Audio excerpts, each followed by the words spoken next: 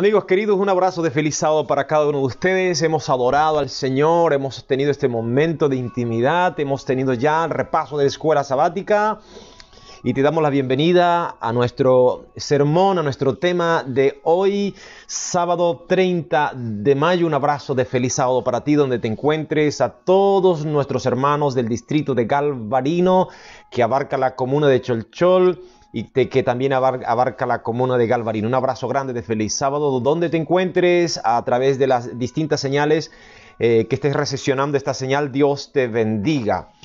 Saludo para nuestros amigos que están allí a través de la radio 107.1 en Galvarino, los que están sintonizándonos, a nuestros amigos fantásticos allí en ese lugar. Dios les bendiga grandemente esta mañana, y a todos los rincones de las 25 congregaciones del distrito de Galvarino. Dios les bendiga grandemente en esta oportunidad.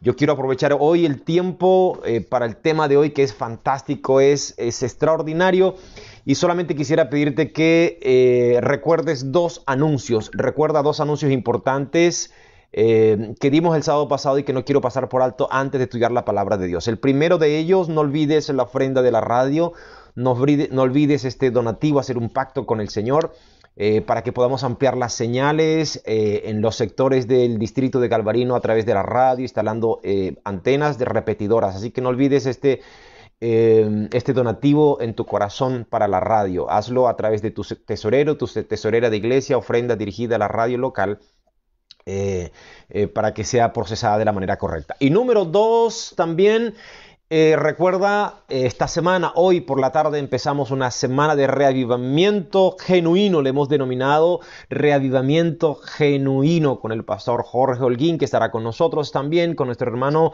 Benjamín Coliñanco y con el director de la radio, nuestro hermano Raúl Millán. Estaremos compartiendo, alternando las predicaciones en esta semana, predicaciones para la iglesia. Eso es todo, así que cierra tus ojos, vamos a orar y vamos a pedir la bendición de Dios para nuestro estudio en esta mañana, que espero sea de gran bendición. Toma tu Biblia, ponte cómodo, toma la tacita de alguna cosita calientita, porque tenemos una mañana fría allí a tu lado. Acomódate con la familia, porque vamos a estudiar la palabra de Dios con un mensaje poderoso en esta mañana. Así que cierra tus ojos, vamos a pedir la bendición de Dios para que sea Él quien nos enseñe, para que sea Él quien nos instruya a través de su Santo Espíritu. Cierra tus ojos, vamos a orar. Querido Dios y Padre amante, queremos expresar nuestra gratitud en nuestro corazón, porque podemos todavía, Señor, reunirnos a través de esta manera alrededor de tu palabra para aprender, para alimentarnos de tu alimento, Señor, de tu palabra espiritual. Bendice a cada persona que en este momento dispone su corazón, su oído y su vida, Señor, para tu palabra.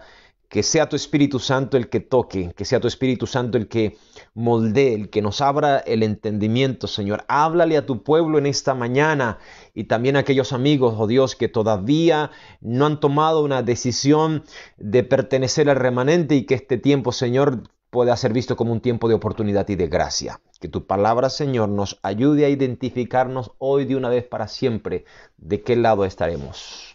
Bendíganos en el nombre de Jesús. Amén y amén.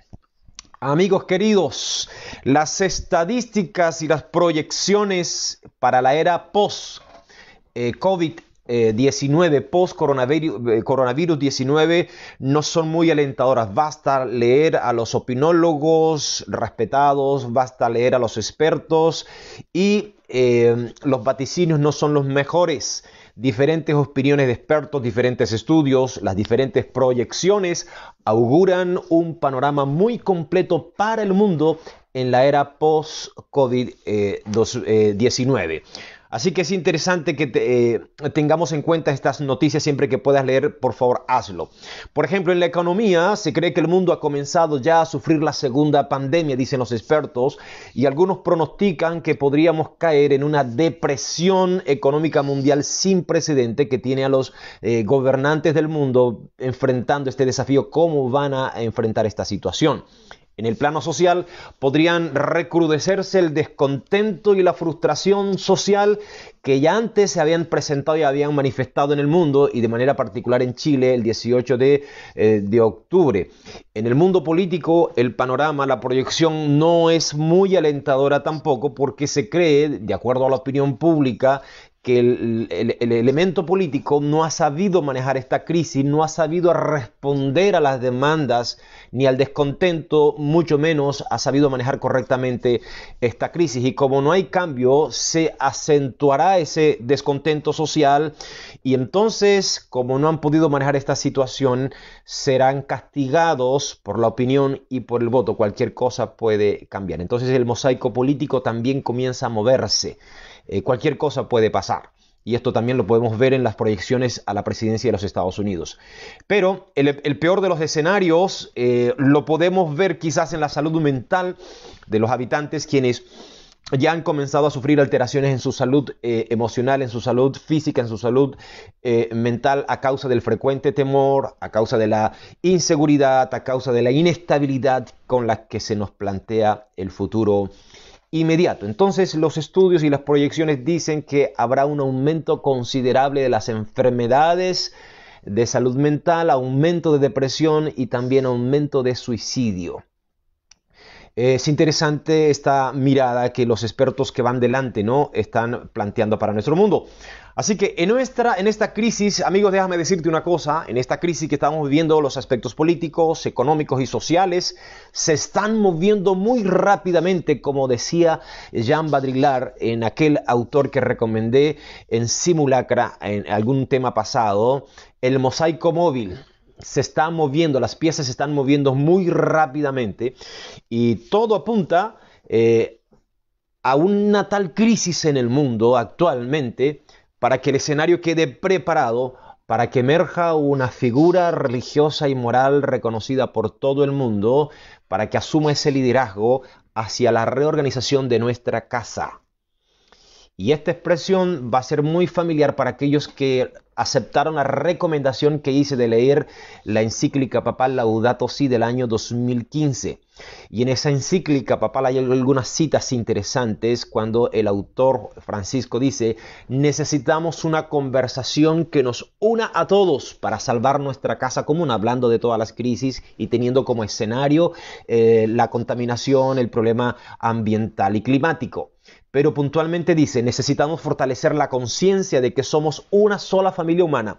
No hay fronteras ni barreras políticas o sociales que nos permitan aislarnos, dice Francisco. Y por eso mismo tampoco hay espacio para la globalización de la indiferencia. O sea, todos sí o sí, sin ningún tipo de distinción, de diferencia, deberíamos participar en esas iniciativas que ya él comenzó a mover desde el año 2015 para reorganizar nuestra casa común. Respecto a eso, Henry Kissinger, que es un ex estadista, ex secretario de Estado de los Estados Unidos en la década de los 80, 90, si no me equivoco, y que publicó un libro titulado La diplomacia. Él en la diplomacia hablaba de la importancia del nuevo orden mundial, y después de un tiempo, el año 2016, volvió a hablar acerca de la diplomacia, pero hablando de una manera mucho más directa acerca del nuevo orden mundial. Así que él habla mucho de esto. Y es interesante que en el mes de abril concedió una entrevista para un periódico reconocido en Estados Unidos y volvió a colocar en el tapete la necesidad de establecer un gobierno, un liderazgo mundial. Y ahí él dice que la pandemia del coronavirus alterará el orden mundial para siempre, dice Henry Kissinger. La pandemia del coronavirus alterará el orden mundial para siempre. Y entonces dice él que cuando termine la pandemia se percibirá que las instituciones de muchos países han fallado. O sea, en la humanidad habrá esa sensación de fracaso, esa sensación de que ninguna institución pudo resolver las crisis humanas y que ahora nos sentiremos mucho más vulnerables, ¿no? Y el miedo se acentuará porque si hoy fue un pequeño virus, ¿qué puede ser después? Entonces, esa sensación de fracaso, esa sensación de impotencia va a generar a una sociedad que se lanza a un vacío, un abismo sin fondo. Y concluye él diciendo que la realidad es que el mundo nunca será el mismo después del coronavirus.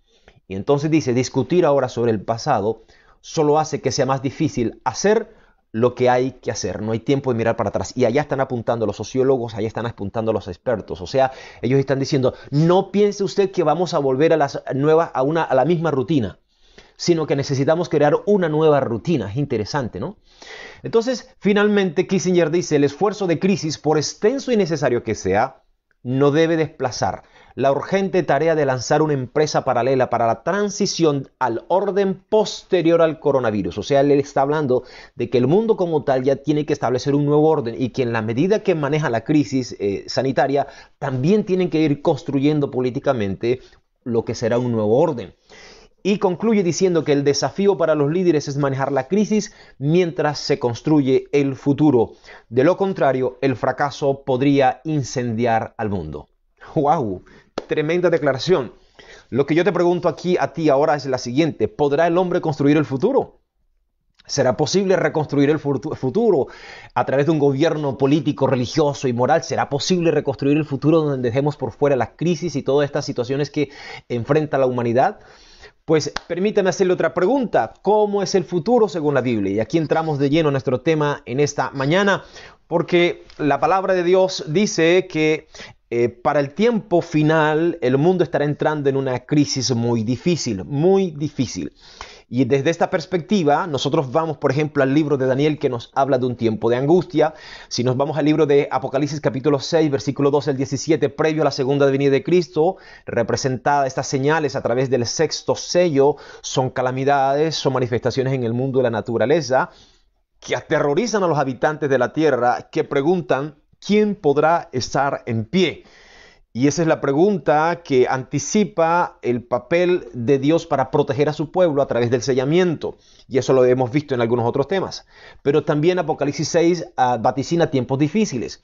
Por otro lado, Apocalipsis 13 del 15 al 17 también vaticina tiempos difíciles. Habrá un poder, cuando se polarice este mundo, habrá un poder falso, religioso, con apoyo político y religioso mundial, que aquellos que obligará a todos los habitantes de la tierra a adorarle, y aquellos que no le adoren, dice la Biblia, no podrán comprar ni vender a menos que tengan la señal de la bestia en su frente.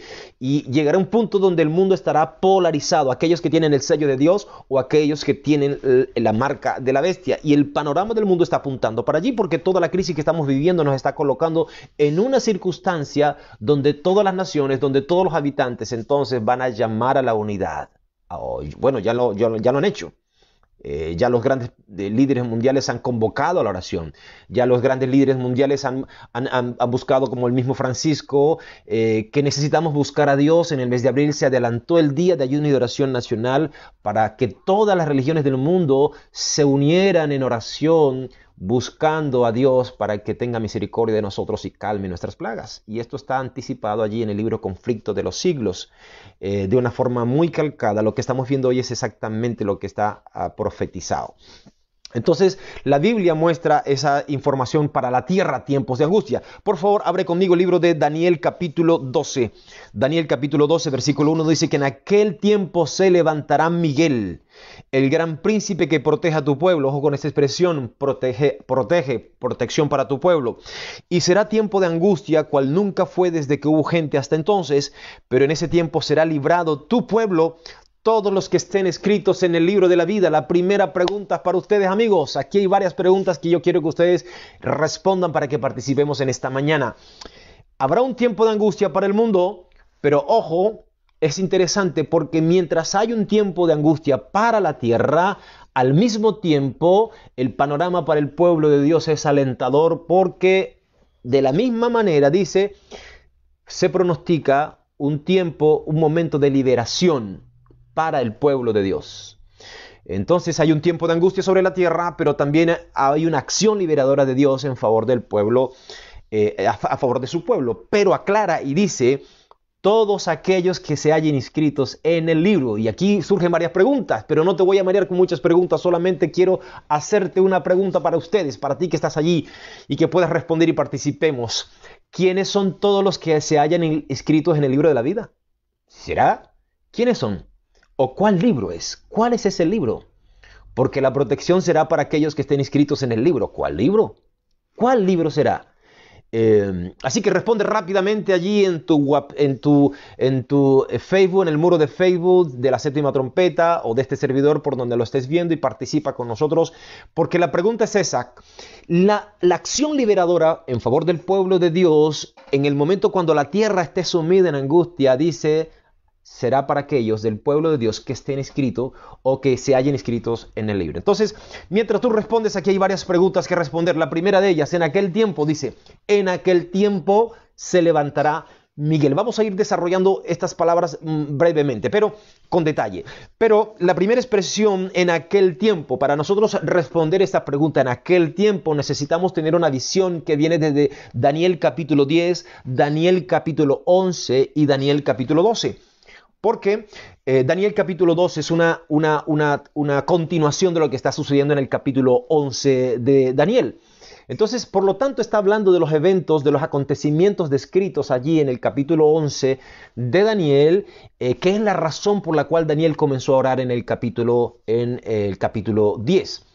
Entonces, tanto los eventos del capítulo 11 como las expresiones del capítulo 12 están haciendo referencia al tiempo del fin. No era la primera vez que el pueblo de Dios experimentaría una angustia. Ustedes saben, todo lo que pasó en el Antiguo Testamento también iba a acontecer en el tiempo del fin. Y si nosotros vamos, por ejemplo, al libro de Jeremías, allí en el capítulo 30 de Jeremías, tú puedes apuntar estas citas. Yo voy a ir pasando muy rápido porque necesito tiempo hoy para llegar hasta el final. Jeremías capítulo 30, versículo 7, dice allí que habría una situación difícil para ellos. Jeremías, no encuentro la cita por aquí, no la encuentro por aquí. Habrá un tiempo de angustia, habrá un tiempo de dificultad para el pueblo de Israel en los días del profeta Jeremías. Entonces, lo mismo, estas expresiones que aparecen en el Antiguo Testamento también tendrán una aplicación y una repetición posterior. Estoy hablando de la profecía escatológica, de los eventos que han de suceder en el tiempo del fin. Eso significa escatología, eventos del fin, estudio de los eventos del tiempo del fin. Así que está hablando de un tiempo de angustia difícil y toma esa expresión de Jeremías que dice un tiempo de angustia cual nunca cual nunca fue desde que hubo gente hasta entonces. ¿Tenemos alguna respuesta, Danisa? A ver si tenemos alguna respuesta de ustedes. Aquí me dice Dante Mora, el libro de la vida. Correcto, Dante. María Huenchunao dice, en el libro de la vida.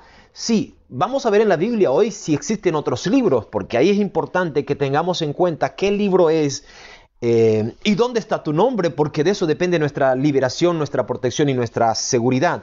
Entonces, es importante que usted tenga claro esto, porque esto te va a dar una seguridad extraordinaria y rotunda frente al el escenario difícil que vamos a enfrentar por delante. Voy a leer una cita y voy a leer varias de ellas del conflicto de los siglos con respecto a eso. Dice la autora Ellen White que cuando cese la mediación de Cristo y el Espíritu de Dios se retire dentro de los hombres, entonces todos los poderes de las tinieblas que han sido retenidos, según Apocalipsis 7, descenderán sobre el mundo con furia indescriptible. Y añade, habrá una escena de lucha tal que ninguna pluma podrá describirla. Sean tiempos difíciles. Mire, voy a decírtelo así muy brevemente. Gracias, Dante, por darme la cita. Jeremías 37, sí. Entonces, escucha lo siguiente. El escenario del mundo no es muy alentador.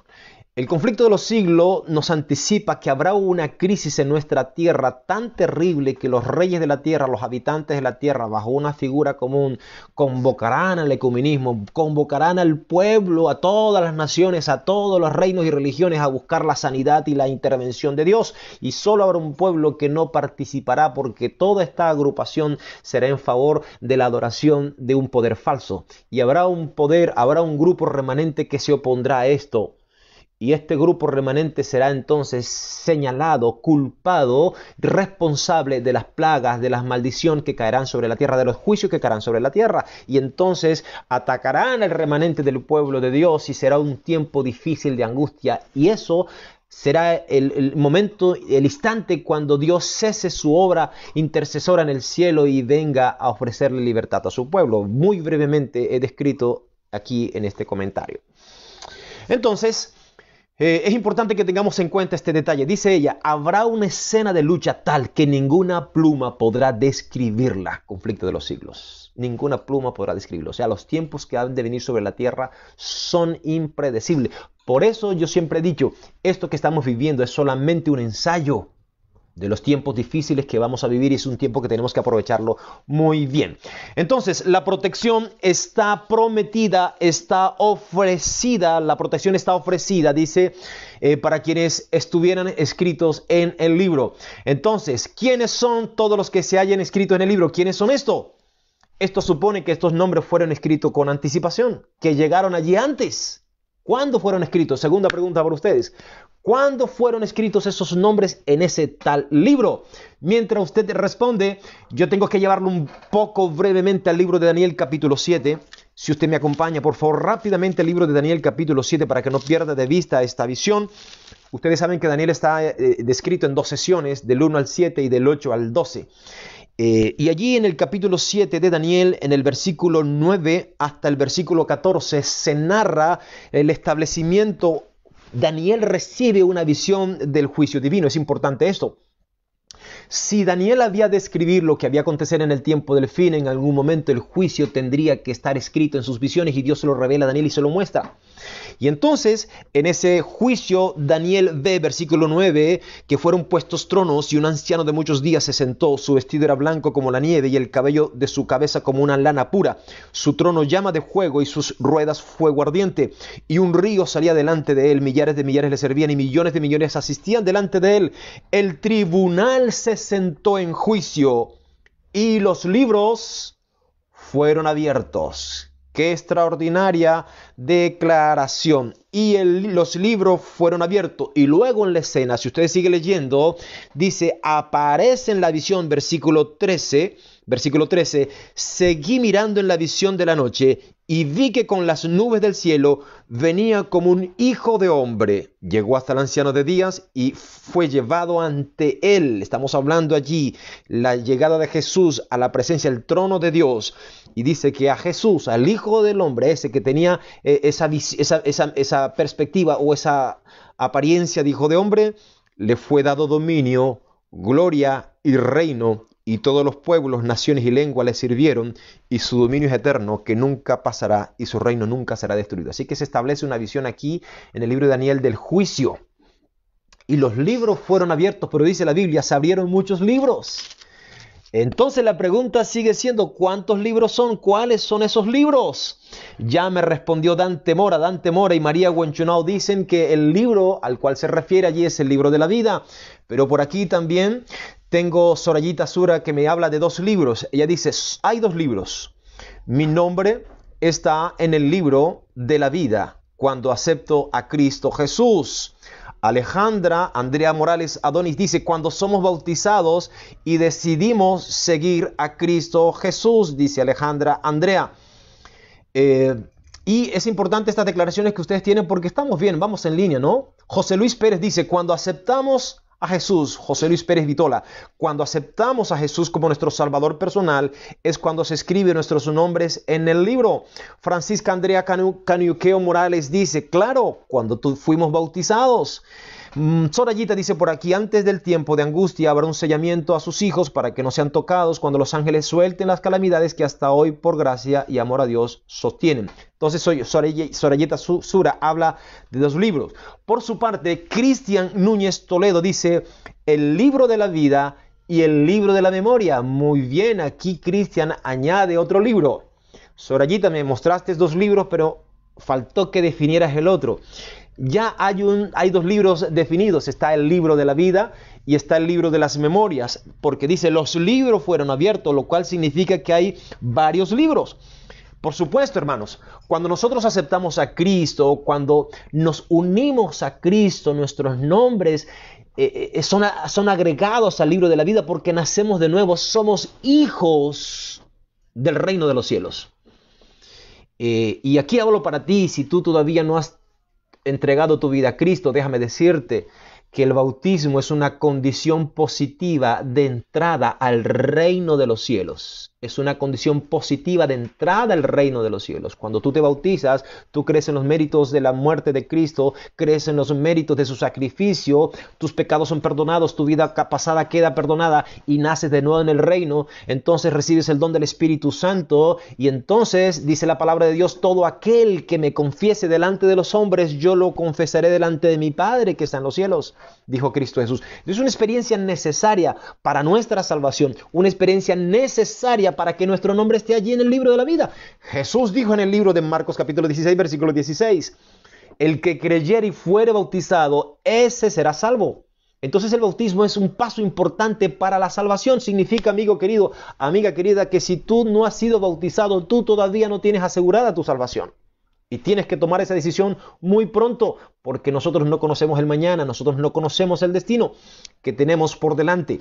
Entonces, es importante que nosotros tengamos en cuenta este detalle que nos ofrece la palabra de Dios. Nuestros nombres son apuntados allí en el libro de la vida. Por lo tanto, mientras yo no haya aceptado a Cristo, yo no puedo tener mi nombre allí en el cielo. Mi nombre no está en el cielo hasta que yo no haya aceptado a Cristo, amada iglesia. Ahora volvemos un poquito atrás. Ya definimos el libro de la vida, perfectamente en el libro de la vida, pero vamos a verlo bíblicamente. En la visión de Daniel se le muestra el juicio final en dos aspectos: el juicio investigador y el ejecutivo. El juicio investigador es aquel que se hace previo a la sentencia. Se hace una investigación para luego establecer una sentencia. Entonces, esta alusión del libro de Daniel capítulo 7 es una alusión directa, esta expresión es una alusión directa al juicio de Dios. Y tenemos que entender algo extraordinario, ¿no? Que el tiempo del fin coincide con el juicio. Por eso la Odisea, que es el último periodo de la iglesia, se llama el pueblo es juzgado. El pueblo es juzgado, esa es la etapa final, porque coincide con el juicio investigador. En esta etapa de tiempo estamos, y es una etapa que Dios esperaba que lo viviéramos con solemnidad, que su pueblo lo viviera con solemnidad, así como se vivía con solemnidad el día de Yom Kippur, el día del juicio del santuario terrenal, porque estaba apuntando precisamente a esa obra de Cristo Jesús, que sería su última etapa, su última obra mediadora en el cielo. Entonces, los libros fueron abiertos, está hablando del juicio investigador. Entonces, durante el juicio investigador, amigos queridos, los registros de todos aquellos que en un tiempo u otro han profesado la lealtad a Cristo se examinarán. Todos que han profesado su fe a Cristo serán investigados y examinados en esta etapa del juicio investigador. La investigación no se hace para informarle a Dios ni a Cristo. La investigación se hace para informar al universo en general, para que al aceptar a algunos y rechazar a otros, Dios sea vindicado.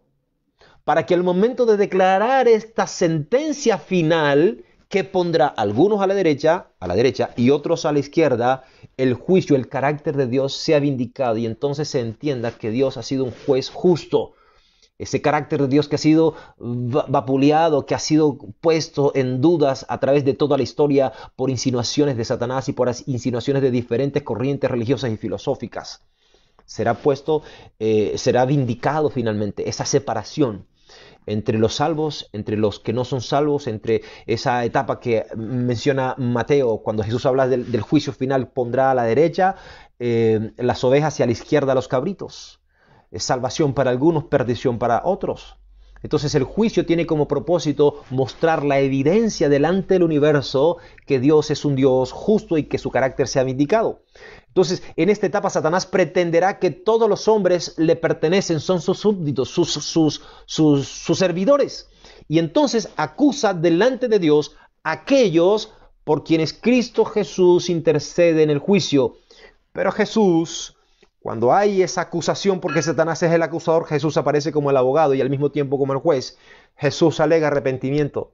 Jesús alega por la fe de ellos. Jesús dice: Danisa, tal día, tal lugar en la tierra entregó su vida por mí, está luchando, está teniendo dificultades, pero ella aceptó los méritos de mi sangre, ella aceptó los méritos de mi sacrificio.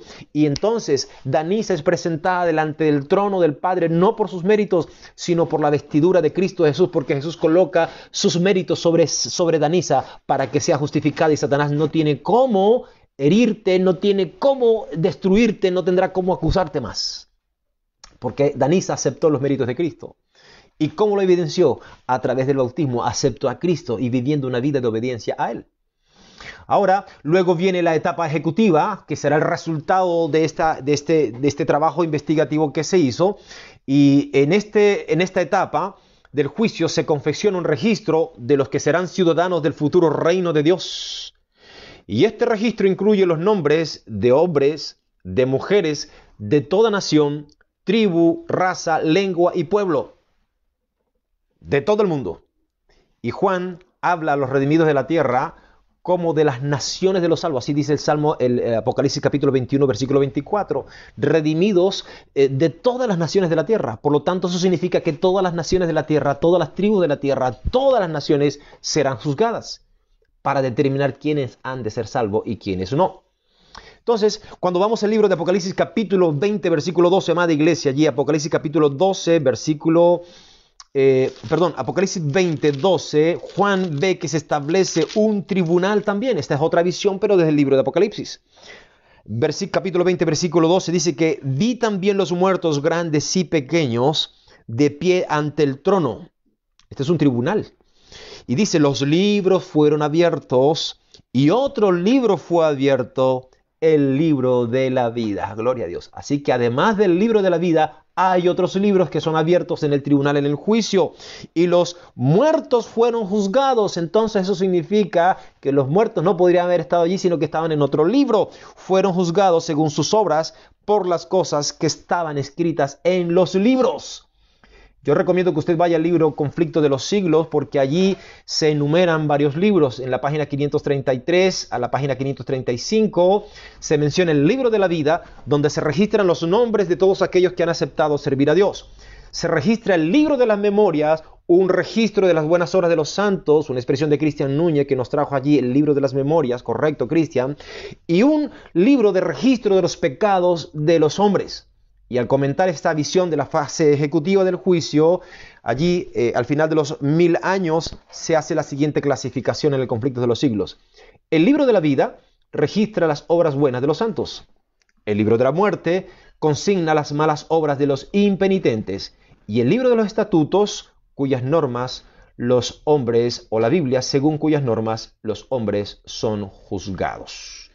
Primero es escrito, página 52. Pero rápidamente no voy a leer estas citas, se las voy a dar para que queden grabadas aquí, para que tú las puedas guardar. Aquí hay otras citas en la Biblia muy importantes. Por ejemplo, en Éxodo 32, 31 al 33 aparece la primera mención al libro de la vida. Moisés le dice, Señor, por favor, ráeme, sácame, bórrame el libro de la vida. Y Dios le dice a Moisés, no te voy a borrar el libro de la vida a ti, porque de ese libro solo voy a borrar a los que pecan. Allí aparece en el libro de Éxodo capítulo 32 y 33. Por su parte, Apocalipsis 28, 18, Dios promete borrar del libro de la vida aquel que quite algo de su libro, de su Biblia. Tremenda sentencia para aquellos que le quiten verdades, para aquellos que anulen verdades. Dios dice, yo quitaré sus nombres también del libro.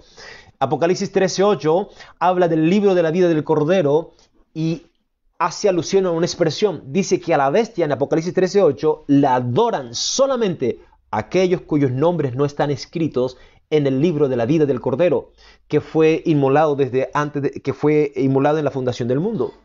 Así que está hablando también que los que no adoran a Dios, los que siguen a la bestia, no hacen parte del libro de la vida. Y esto lo confirma también Apocalipsis 17:8. Los que no están escritos en el libro de la vida adoran a la bestia, textualmente. Apocalipsis 21:27. Al cielo no entrará ninguna cosa inmunda, solamente los que estén escritos en el libro de la vida. Filipenses 4:3. Pablo creía que su nombre estaba escrito en el libro de la vida y el de sus colaboradores también estaban allí en ese libro. Lucas 10:20. Jesús enseñó que es un motivo de gozo que nuestros que nuestros nombres estén escritos en el libro de la vida. Y finalmente, Apocalipsis 3:5, Dios promete no borrar su nombre del libro de la vida de aquellos a quienes han vencido por encima de la maldad, por encima del pecado y por encima de la apostasía que había de entrar a la iglesia en el tiempo final. Amigos, el libro de Apocalipsis ya nos reveló de qué libro está hablando y el libro de Daniel también, pero si volvemos rápidamente al libro de Daniel, capítulo 12, por favor, rápidamente, el libro de Daniel, capítulo 12, vamos a encontrar una expresión extraordinaria y allí vamos a pasar a la siguiente parte de nuestro tema en esta mañana. Daniel capítulo 12, versículo 1, vamos a volver a leer, dice que en aquel tiempo se levantará Miguel el gran príncipe que protege a tu pueblo, y será tiempo de angustia cual nunca fue desde que hubo gente hasta entonces, pero en ese tiempo será librado tu pueblo. Y esta parte que viene me fascina. Prepárese.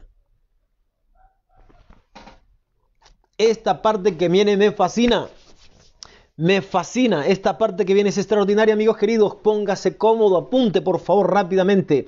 Habla de la liberación de Cristo Jesús, pero habla de la protección de Miguel en favor del pueblo. La protección de Dios en favor del pueblo. Así que rápidamente usted vaya conmigo al Antiguo Testamento y vamos a ubicarnos en el libro de Éxodo, capítulo 11 y capítulo 12.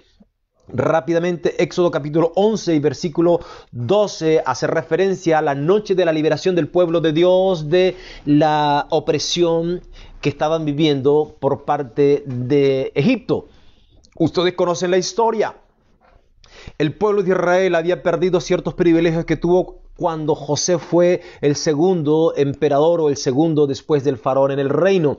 Dice la Biblia que después hubo otro faraón que no conoció a José y el pueblo de Dios comenzó a vivir en esclavitud y comenzaron a orar, a clamar a Dios, a buscar en oración en ese momento de servidumbre, y Dios se acordó de ellos y Dios mandó un libertador. Para eso Dios llamó a Moisés para conducir el pueblo hacia la liberación, y pese a las permanentes búsquedas de Dios de sacar el pueblo de Egipto en son de paz, mandó a Moisés una vez y dos veces y tres veces. Faraón se resistió, desconoció a Dios. Entonces Dios comenzó a utilizar mano fuerte contra Faraón. Pero rápidamente veamos lo que pasa. No voy a leer, yo quiero que usted vaya leyendo y vaya identificando lo que yo voy a mencionar porque el tiempo no me va a dar. En primer lugar, es notorio, es importante que usted tome en cuenta que las plagas de Egipto hacían referencia a dos acciones particulares. Una sobre Egipto, lo cual era un juicio sobre Egipto, que representaba una nación opuesta a Dios, y una acción de Dios en favor del pueblo de Israel, que era protección a favor de su pueblo. Así que la última noche era la plaga de los primogénitos. Ya Dios había mandado 11 plagas y aún así ni los egipcios ni el faraón se había arrepentido, ni había soltado al pueblo, ni había permitido que el pueblo fuera a servirle a Dios. Entonces la última noche, la última plaga, el punto más fuerte es cuando Dios promete enviar la muerte de los primogénitos, la última plaga contra los egipcios. Y aquí vamos a establecer algunos aspectos importantes. En primer lugar, esta noche, esta plaga era un castigo para Egipto. Faraón había desafiado a Dios y Dios entonces se propone juzgar esta nación. Egipto representa este tipo de poder ateo que se opone a Dios. Las plagas estaban determinadas a caer solamente sobre las casas de los egipcios. Era un tipo de juicio de Dios sobre aquellos que oprimían el pueblo de Dios. La muerte estaba contemplada solo para los primogénitos egipcios. El clamor y el dolor estaba profetizado solo para las casas egipcias. ¿Qué declaró esto? Por lo tanto, por otro lado, Dios estaba asegurando protección para el pueblo de Israel. Y dice textualmente allí a partir del versículo 7. Me gusta esta frase, Danisa, me gusta esta frase. Pero entre los israelitas, desde el hombre hasta la bestia, ni un perro moverá su lengua, para que sepáis que Jehová hará diferencia entre los egipcios y los israelitas. Gloria a Dios. ¡Qué fantástico! Esto es juicio. Esto es juicio, iglesia. Dios finalmente se colocará en favor de su pueblo, vindicará su carácter. Yo tengo aquí una mirada de Dios por su pueblo de forma extraordinaria, iglesia.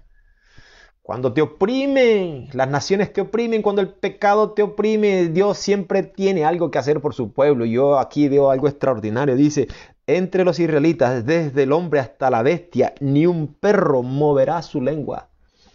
Y dicen un perro porque en el pueblo, en los egipcios, iban a morir hasta los primogénitos de los animales. Tremendo. Juicio. Entonces, ¿para qué dicen? Para que todos, hasta que se sepa que Jehová hará diferencia entre egipcios y los israelitas. Es interesante esta declaración. Era una manera por medio del cual Dios marcaría una diferencia entre los israelitas y los egipcios, Danisa. ¿Cuál era la razón? Era un juicio. Era un juicio. Era una forma de juicio, un tipo de juicio lo que iba a acontecer en el tiempo del fin. De esta manera Dios también demostraría que Él era Dios. Escuchen esto, amigos queridos. Voy a leer aquí de Patriarcas y Profetas, página 247. Si la pérdida de sus cosechas, sus rebaños y manadas hubieran llevado a Egipto a su arrepentimiento, los niños no habrían sido heridos. Pero la nación había resistido tercamente al mandato divino y el golpe final estaba a punto de darse. ¡Wow! Y esto va a pasar en el tiempo del fin porque Apocalipsis lo vamos a ver rápidamente al final. Apocalipsis declara que habrán plagas que van a actuar de la misma manera sobre aquellos que se oponen al carácter, al amor de Dios, que rechazaron, resistieron el llamado de Dios. Ahora, mientras esto iba a suceder sobre los egipcios, había una condición para el pueblo de Israel. Habrían algunas condiciones para el pueblo de Israel. Para que ellos hicieran suya la seguridad, la protección, era necesario que el pueblo de Israel tuviera las siguientes condiciones. Y aquí es importante. Esta parte viene y es fantástica. En primer lugar, capítulo 12. Vaya conmigo al capítulo 12. Israel había sido esclavitud, ya lo dijimos al principio, oraron, clamaron a Dios y Dios los iba a liberar a través de Moisés. Pese a las innumerables llamados de Dios y reiteradas solicitudes, el faraón se resistió. Eso lo tenemos claro. En ese contexto, cuando Dios decide castigar a los primogénitos, a los hijos mayores de todas las casas de los egipcios, en este contexto, Dios estableció la Pascua. Y en esa Pascua, cada familia del pueblo de Israel tomaba un cordero el día 10 por casa, lo apartaba. El día 14 era sacrificado en el atardecer. Y escucha este detalle, si el cordero era grande y tu familia era muy pequeña, entonces la orden era que tenía que comer el cordero con su vecino más próximo, el vecino del lado. Esa noche el vecino podía participar de un asado de cordero. Lo dice la Biblia. Lo dice la Biblia. Un asado de cordero en una noche de liberación. Entonces no podían dejar cordero para el día siguiente. Y era importante porque si quedaba alguna parte, que era obvio que iba a quedar, tenía que ser quemado al fuego. Tenía que ser un cordero macho de 1 año y sin defecto. Era tomado el día 10 y el día 14 era sacrificado al atardecer. La sangre del cordero debía ser untada con un hisopo sobre el umbral o dintel y los dinteles, los postes de la casa.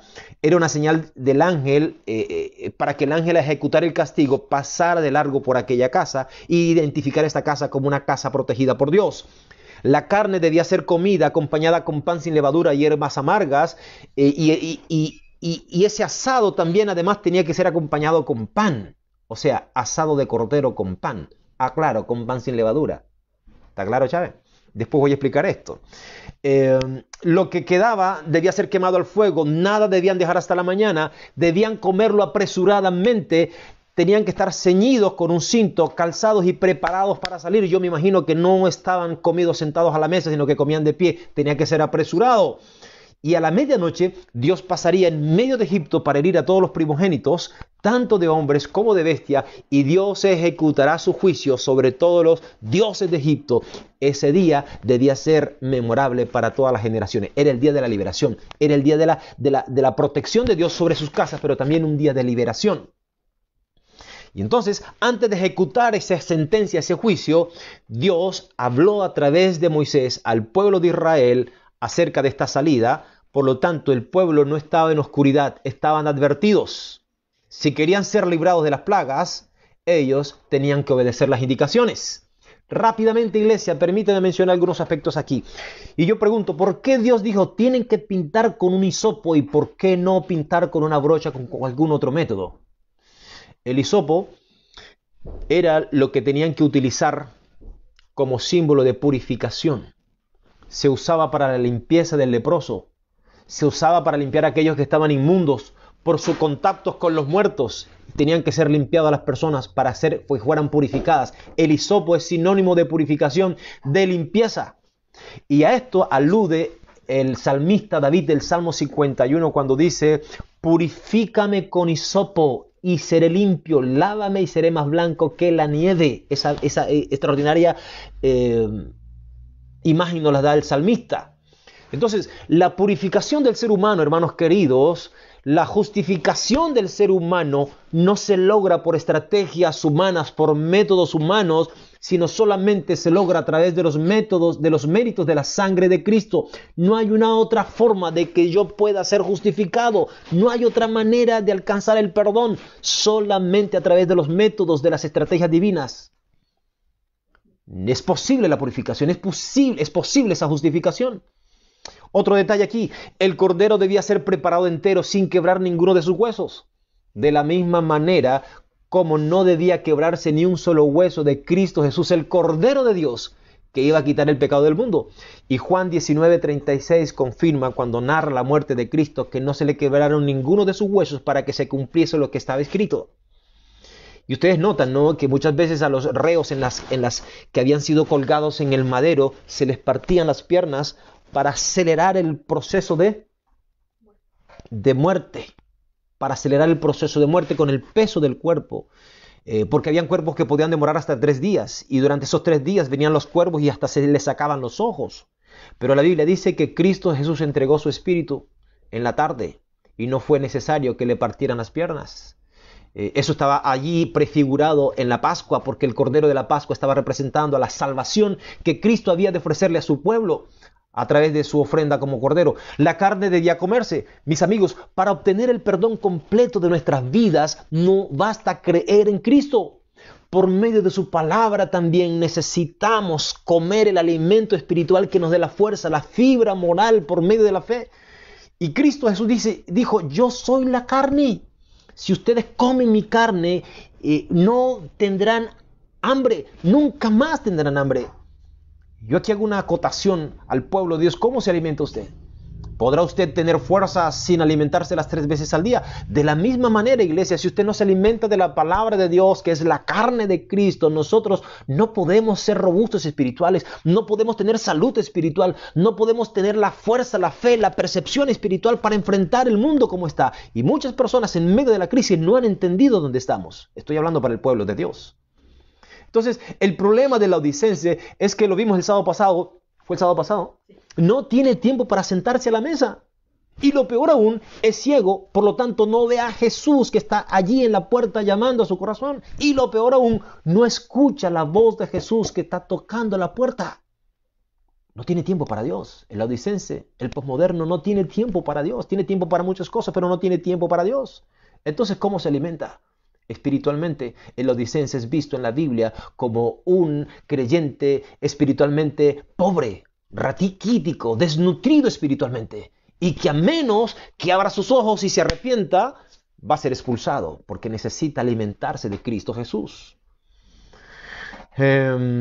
Hierbas amargas. Dice que aquella noche tenían que comer hierbas amargas. ¿Qué significado tenían las hierbas amargas? Amigos, las hierbas amargas era un recordatorio de la amarga servidumbre que ellos habían sufrido en Egipto. De igual manera, cuando nos alimentamos de Cristo, debemos hacerlo con un corazón contrito por causa de nuestros pecados y condición. Nunca debes olvidarte de dónde te sacó el Señor.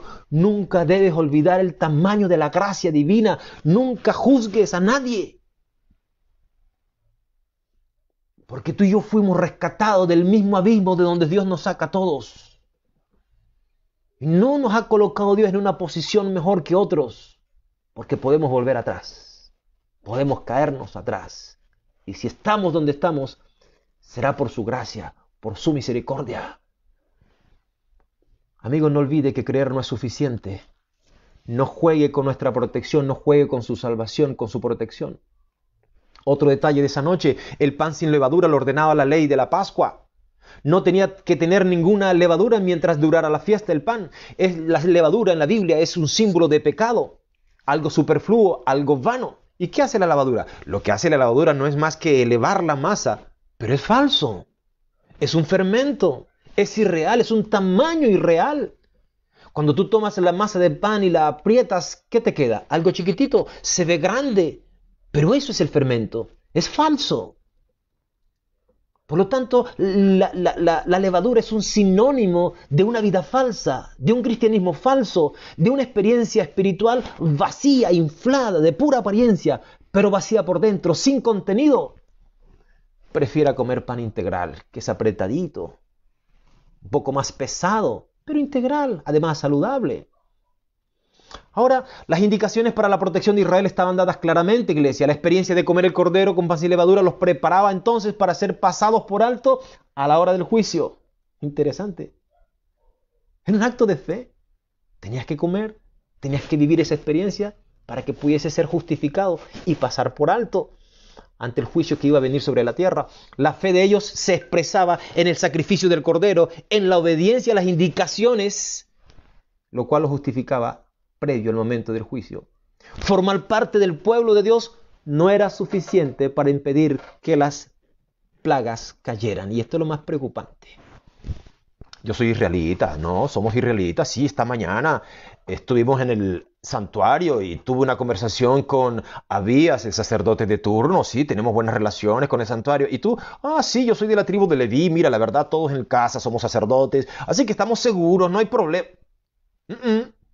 Ser israelita no era suficiente para evitar que las plagas cayeran. Como no es suficiente creer en Cristo, porque los demonios también creen y tiemblan, era necesario obedecer y alinear su vida práctica en esa noche, en ese momento sublime, con las indicaciones que Dios dio a través de Moisés.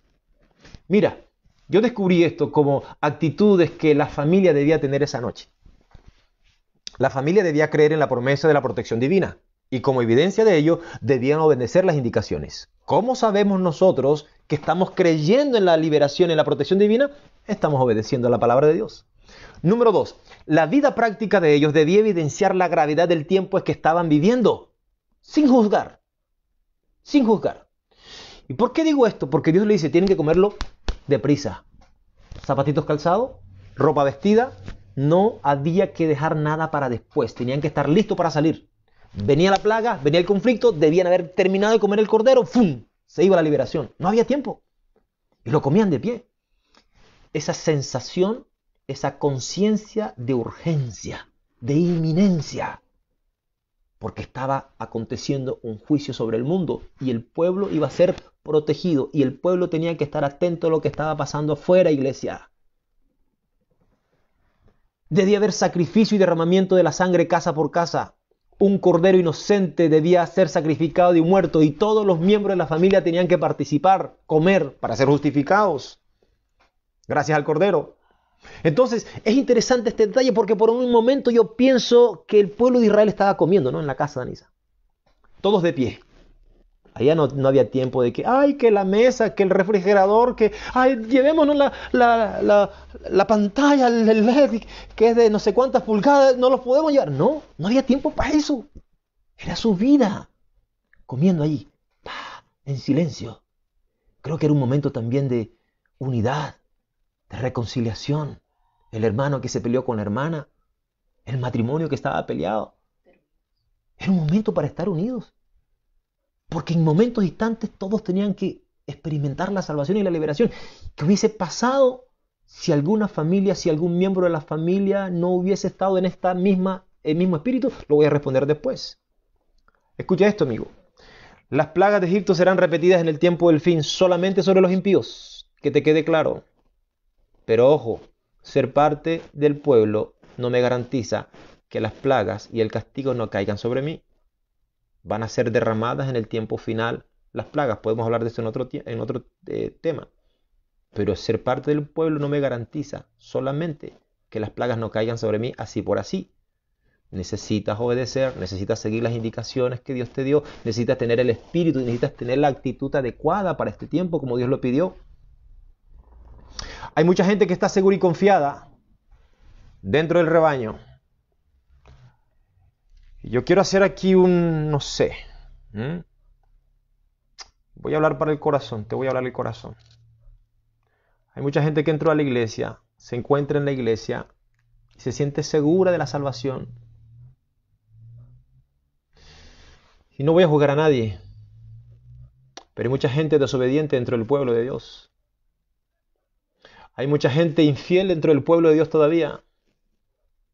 Hay mucha gente que cree tener la seguridad de la protección divina porque Dios lo ha prometido, pero sus conductas, sus palabras, su lenguaje su fidelidad, su obediencia, su corazón demuestra algo totalmente distinto. Y yo pregunto, ¿será que hemos estado jugando con la religión y creemos que esto va a pasar igual? Y no viven presente, el tiempo presente, con el sentido de urgencia, de importancia y de solemnidad como Dios espera que estemos viviendo este tiempo. Entre el pueblo de Dios hay mucha gente íntegra, hay gente santa, hay gente obediente en el pueblo de Dios. Sí, lo sé. Pero también hay mucha gente que no está siendo fiel a Dios, que a veces le hace daño a la misión de la iglesia por malos testimonios. Amigo, si usted no comparte, declárese, pero no le haga daño a la iglesia, no le haga daño a las personas de la iglesia. Busque la ayuda divina si usted necesita ayuda. Pero como dijimos el sábado pasado, de nada nos sirve vivir una vida de apariencia. Porque el tiempo que vivimos, la apariencia no nos sirve de nada, como lo dijimos el sábado pasado. La imagen sirve de nada. Podemos estar cerrándole la puerta a alguna persona por nuestro mal testimonio. Y voy a decir algo más. Aquella noche, a más de una familia le tocó salir a compartir el cordero con un vecino porque Dios lo estableció así. Nosotros somos 3. Si no tuviéramos que partir el cordero, mi esposa dice, no, yo lo guardo en la nevera. Vamos a compartirlo, ¿no, Chabelita? Vamos a compartirlo. Me diría mi esposa, vamos a compartirlo porque ella siempre tiene ese espíritu, ¿no? Vamos a compartir, vamos a dar y lo que no tenemos lo damos. Y había que salir a compartir con un vecino, pero la pregunta es, ¿y qué tal si tenías malas relaciones con tu vecino? Con ese vecino con quien tenías que sentarte a compartir el cordero esa noche, porque de eso dependía tu salvación. Una reflexión tremenda para nosotros y para el pueblo de Dios. Y voy a volver a decirlo. Hay mucha gente dentro del pueblo de Dios que se cree estar segura de la protección de Dios, pero se dan el lujo de vivir peleados con vecinos. Y voy a decirlo mucho más allá. Peleados con miembros del propio pueblo. Lo dice la Biblia. Hermanos, no descuidemos la protección de Dios. No juguemos con la protección de Dios. Si tienes un asunto pendiente con tu vecino, si tienes un asunto pendiente con un miembro de tu iglesia, arréglalo. Arréglalo. Por eso yo creo que este es un ensayo que Dios nos está dando para que cuando llegue la crisis final y real podamos haber resuelto todos estos problemas. Amén. La pregunta final, ¿qué hubiera pasado si una persona de la casa o una casa de Israel solamente sacrificaba el cordero pero no cumplía las condiciones? Esta es la pregunta, ¿no? ¿Qué hubiese pasado si un miembro de la familia se queda afuera? No, papá, yo me quedo por aquí. ¿Qué hubiese pasado si un matrimonio dice, no, hijito, háganlo ustedes, vayan ustedes a la iglesia, yo me quedo aquí el sábado en la casa, estoy cansado? ¿Qué hubiese pasado? Mira, lo que dice Patriarcas y Profetas 249, no bastaba con la muerte del Cordero Pascual, había que rociar con su sangre los postes de las puertas, como los méritos de la sangre de Cristo deben aplicarse al alma.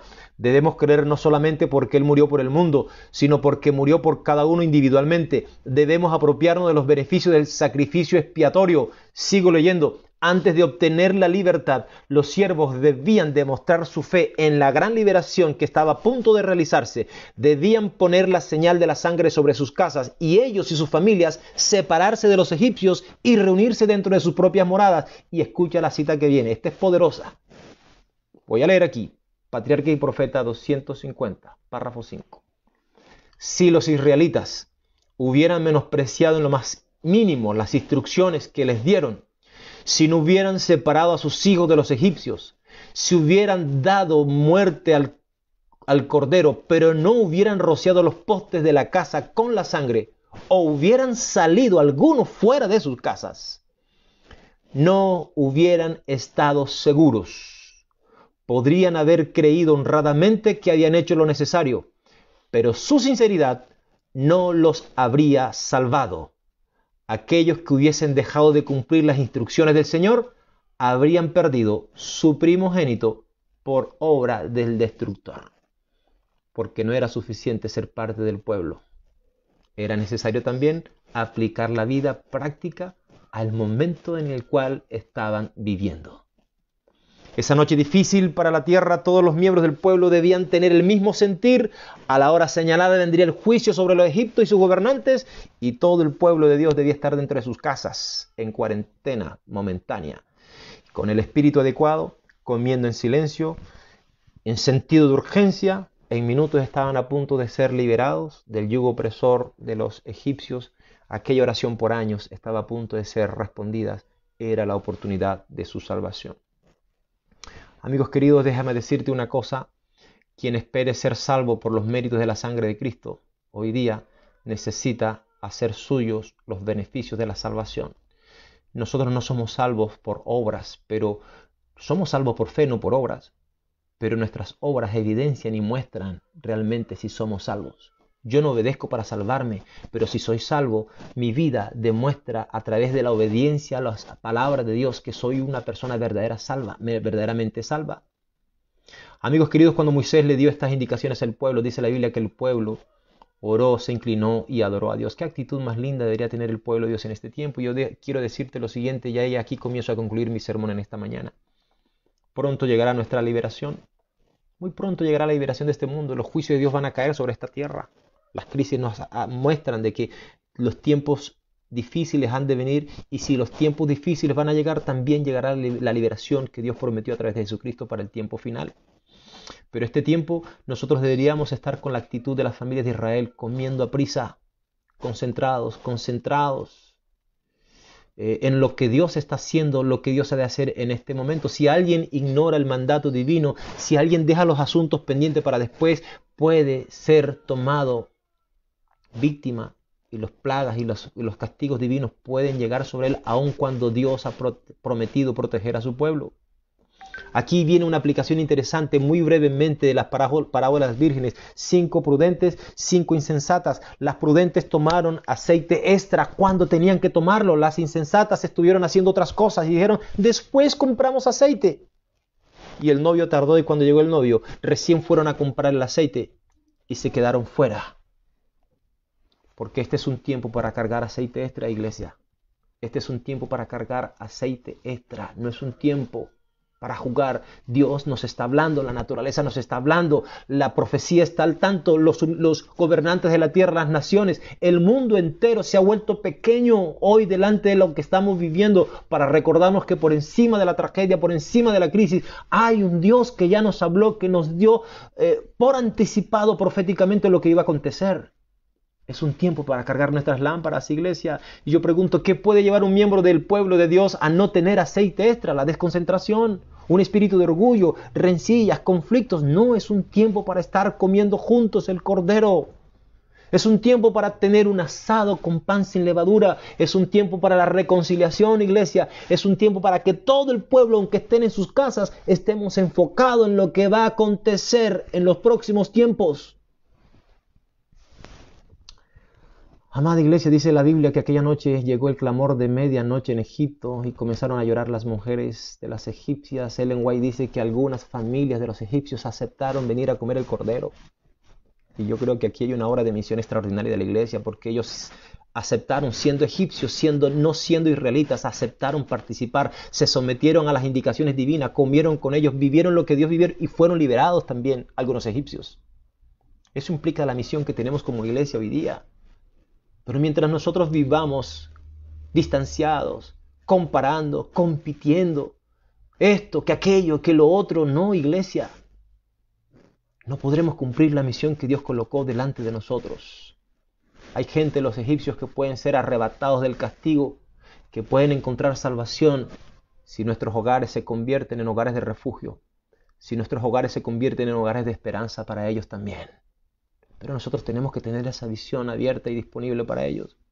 Permíteme cerrar mi tema en esta noche, en esta tarde, llevándote rápidamente al libro de Daniel, nuevamente, allí a la última expresión que aparece en el libro de Daniel capítulo 12, y con esto termino. Daniel capítulo 12, por favor. En aquel tiempo se levantará Miguel, el gran príncipe que protege a tu pueblo, se levantará. El verbo que aparece aquí es amad. Amad es una palabra perteneciente al vocabulario de la guerra. Miguel significa quien es igual a Dios. ¿Quién como Dios es? Esta expresión es la expresión del soldado que fue a pelear, que fue a la batalla, que resistió, venció al enemigo y ahora viene con un cántico de victoria. Y dice, ¿quién como Dios es? ¿Quién como Miguel? ¿Quién como Dios es? Eso significa Miguel. Por lo tanto, la acción de Miguel en el libro de Daniel capítulo 12 es una acción extraordinaria porque el verbo amad aparece en el capítulo 11, 1, 2 y 3 y varias veces. Y hace alusión el verbo amad a levantarse para los reyes del norte y los reyes del sur que se oponían a Dios.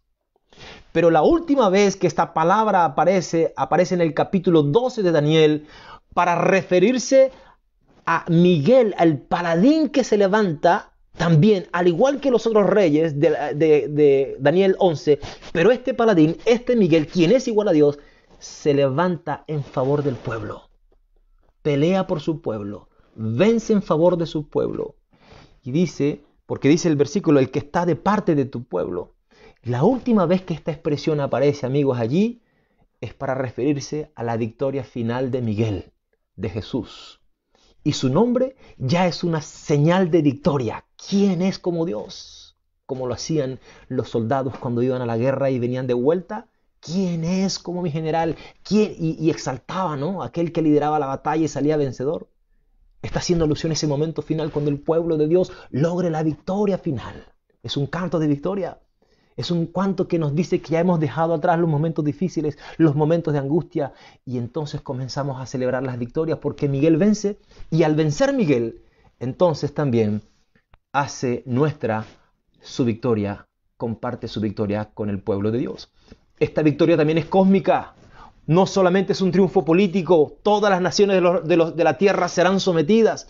No solamente es un triunfo religioso, las bestias mentirosas de Apocalipsis serán destruidas, el sistema falso de Babilonia será destruido, será echado por tierra, sino también será la victoria donde la vida vence a la muerte. Por eso dice Apocalipsis, no habrá más muerte, ni dolor, ni clamor.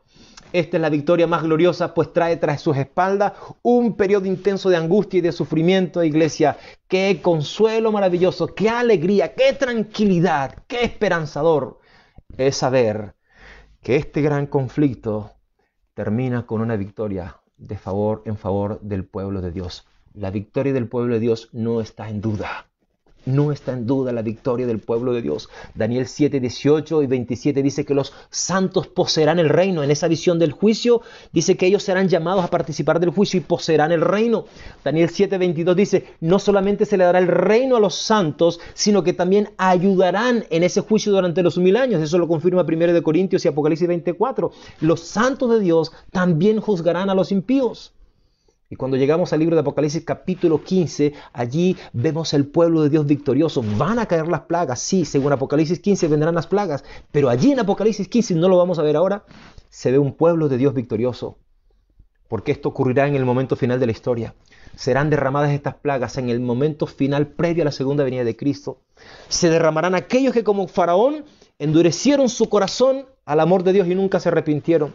Estas plagas danisas del tiempo final no traerán arrepentimiento sobre nadie, simplemente endurecerán su corazón y colocarán en manifiesto las decisiones de cada uno de ellos por haber rechazado a Dios y por haberse puesto de parte de Babilonia. Pero déjame decirte brevemente, antes que sean derramadas estas plagas, en un Apocalipsis 15, tú puedes mirarlo ahí, Dios le muestra a Juan un pantallazo de lo que Dios espera para su pueblo. Y allí en los primeros versículos, Dios describe un pueblo victorioso sobre las naciones. Estas naciones que siguieron a la bestia y a su imagen. Y declara un pueblo victorioso sobre esas cofradías, sobre esas acciones de maldad de Satanás que estará gobernando y liderando a través de estos poderes políticos y religiosos en el tiempo del fin. Dios ve a su pueblo de pie, semejante al mar del vidrio. Dios ve a su pueblo entonando el cántico de victoria después de cruzar el Mar Rojo. ¿Tú acuerdas que Moisés cantó? Dios también dice, ve a su pueblo en Apocalipsis 15 interpretando un cántico de victoria. Este grupo que aparece en Apocalipsis 15 es el mismo grupo que aparece en Apocalipsis 14 como los 144,000. Estos han sido protegidos durante las últimas 7 plagas porque rechazaron la marca de la bestia, porque salieron de este sistema falso, porque se pusieron de parte de Dios. Y este será el grupo que será transformado inmediatamente después con la segunda venida de Cristo. Sus cuerpos mortales serán transformados y te vestirás de inmortalidad y nos uniremos a los santos resucitados en ese encuentro con Cristo Jesús. Quiero hacerte un llamado en esta hora. Voy a ser frontal y claro. ¿Está tu nombre escrito ya en el libro de la vida? ¿Por qué no está escrito en el libro de la vida? ¿Qué esperas para hacerlo? ¿No crees que esto es una buena oportunidad para hacerlo? ¿De qué lado estás hoy día? ¿De qué lado esperarás estar o crees estar? Estar del lado de Dios te asegurará una victoria y la liberación de Dios y la protección de Dios. ¿Estás atravesando una crisis familiar? Vuelve a Dios si te alejaste de Dios. Vuelve a Dios si te alejaste de Él. Este es un tiempo para corregir, porque el mundo ya no será igual que antes. Después de esta pandemia, ya nada será igual. Si aprendiste, si valoraste este tiempo de gracia, entonces podrás enfrentar el futuro con seguridad si tomaste decisiones inteligentes. Vuelve a Dios. Si alguna vez te fuiste de la iglesia, vuelve. Este es el tiempo para hacerlo. Acepta a Cristo si no lo has hecho aún, si no has nacido en el reino, si todavía no te has identificado con Dios, hazlo ahora. Escríbelo al WhatsApp de la radio, escríbelo a un amigo de la iglesia, escríbelo a un instructor bíblico, escríbeme al muro de Facebook sin temor, porque esto es de vida o muerte, escríbeme. Y dime, pastor, estoy atravesando por esta crisis, yo quisiera volver a Dios, yo quisiera entregar mi vida a Cristo, pero tengo estos temores, pero hay algo que tú debes hacer, porque la salvación y la protección está dada, pero tú tienes que apropiarte de los beneficios de la salvación. Empieza por ello.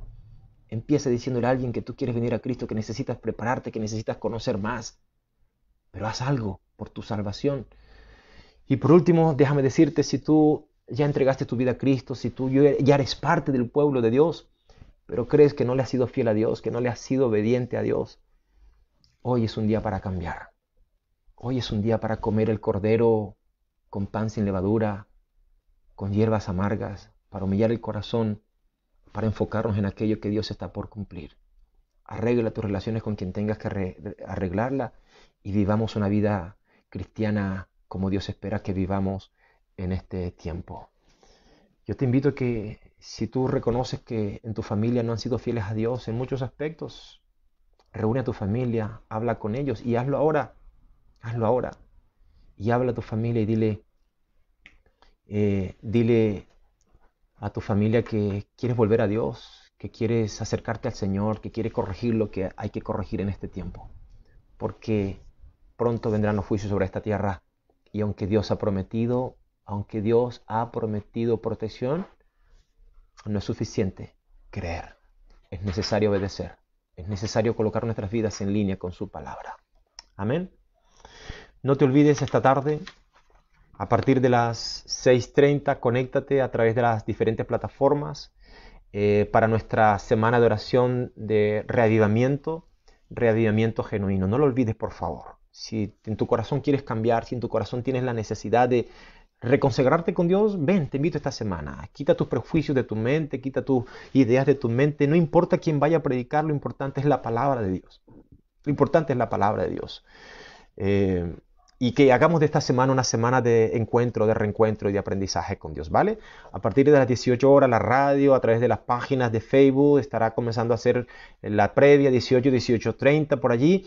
Y creo que a las 7 estará empezando el tema. Yo voy a empezar esta noche y vamos a tener a los predicadores durante toda la semana. Así que vamos, no te quiero fuera. Quiero a todo mi distrito unido en esta semana. Quiero a todas mis iglesias vinculadas en esta semana como una muestra de búsqueda de Dios. Tú puedes decir, me da lo mismo, sí, yo veo Bullón, yo veo YouTube, déjame ver mis... Ya lo vimos en el tema de hoy. Necesitamos, como pueblo de Dios, buscar a Dios en este tiempo, siendo conscientes de lo que Dios va a hacer en los futuros tiempos y asegurarnos nuestra salvación y nuestra protección en sus manos. Cierra tus ojos, vamos a orar. Querido Dios y Padre, es muy probable, Señor, que tu palabra haya sido profunda en nuestro corazón en esta tarde ya. Hemos reflexionado, Dios, hemos tenido una visión amplia desde donde estamos hacia donde nos proyectamos. Quizás sabemos que no hay buenos tiempos, Señor, para esta tierra, pero a pesar de todo ello, Señor, tú has prometido cuidar y proteger a tu pueblo. pero no nos permitas dormirnos sobre los laureles. Permítenos, Señor, tener la actitud correcta, las respuestas correctas, la vida correcta que tú esperas que tengamos en estos tiempos. Por eso te pedimos perdón, oh Dios, si hemos escuchado tu llamado y hemos sido renuentes y no hemos aceptado tu invitación. Es probable que en esta hora tú estés tocando el corazón de una persona que todavía no ha venido a los pies de Jesús, pero que siente en su corazón la necesidad de hacerlo. Ayúdale, Señor, a venir a tus pies de una vez por todas. Aquel que ya lo hizo, Padre, abrázalo, confírmalo, Dios. Y que al terminar esta pandemia podamos juntarnos, podamos encontrarnos para celebrar tus cuidados, tu restauración. Y también podamos ver esas vidas, Señor, entregadas en tus manos, que deciden que sus nombres sean escritos en el libro de la vida. Padre, esta tarde quizás hablaste para algún miembro de iglesia que ya tomó esa decisión, pero que ha reconocido que no ha sido fiel lo suficientemente obediente tampoco, Dios. Dale la fortaleza para enmendar su camino ahora, porque tú todavía sigues llamando a la puerta, esperando nuestro arrepentimiento, Dios, para sentarte con nosotros, para disfrutar de una relación contigo íntima y profunda y para tomar de tu palabra el alimento espiritual que nos garantice, Señor, tu presencia. Gracias, Señor, te damos por tu palabra en esta mañana.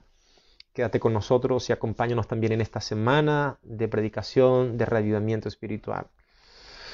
Te lo agradecemos todo esto en el nombre de Cristo Jesús. Amén. Amén. Un abrazo de feliz sábado. Dios te bendiga.